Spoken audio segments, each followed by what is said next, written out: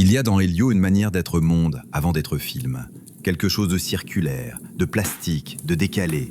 Comme si Pixar n'avait pas tant cherché à raconter une histoire qu'à encapsuler un état d'âme, un flottement, une mue. Elio, 11 ans, les cheveux en toupie, les mains toujours un peu trop pleines de dessins, d'angoisse, de mots qu'il ne sait pas dire. C'est le genre d'enfant qu'on laisse parler à voix basse dans une pièce trop grande. Et c'est peut-être pour ça qu'il est entendu dans l'espace. Car Elio ne démarre pas, il se décolle, littéralement. Une lumière, une vibration, un éclat violet, et voilà le garçon aspiré, propulsé dans une agora intergalactique, aussi improbable que familière, sorte de forum antique, transposé en architecture alien, où chaque espèce parle en chantant sa mémoire. C'est une des grandes forces du film, cet usage du surréel pour dire l'hyper-réel, du fantasme cosmique pour traiter ce que c'est profondément d'avoir 11 ans, un père absent, une mère débordée et un cœur trop grand pour sa poitrine. La mise en scène œuvre conjointe de Charafian, Chi et Molina épouse cette délicatesse. Elle ne cadre pas, elle caresse. Elle ne pousse pas l'action, elle l'écoute.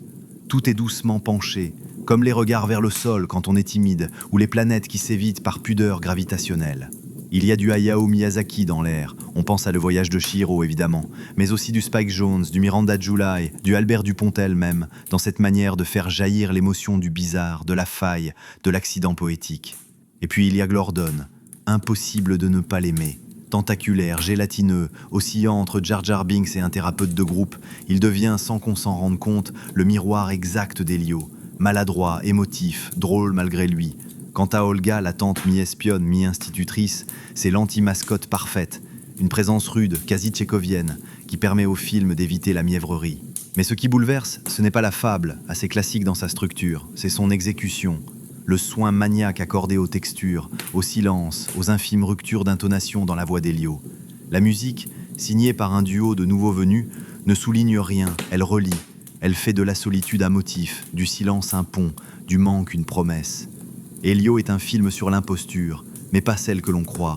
Ce n'est pas un garçon qui feint d'être ambassadeur, c'est un garçon qui pour une fois est cru.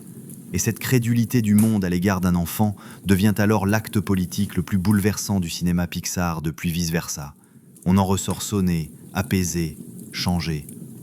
Il fallait oser la douceur comme arme de conquête spatiale. Note 16/10.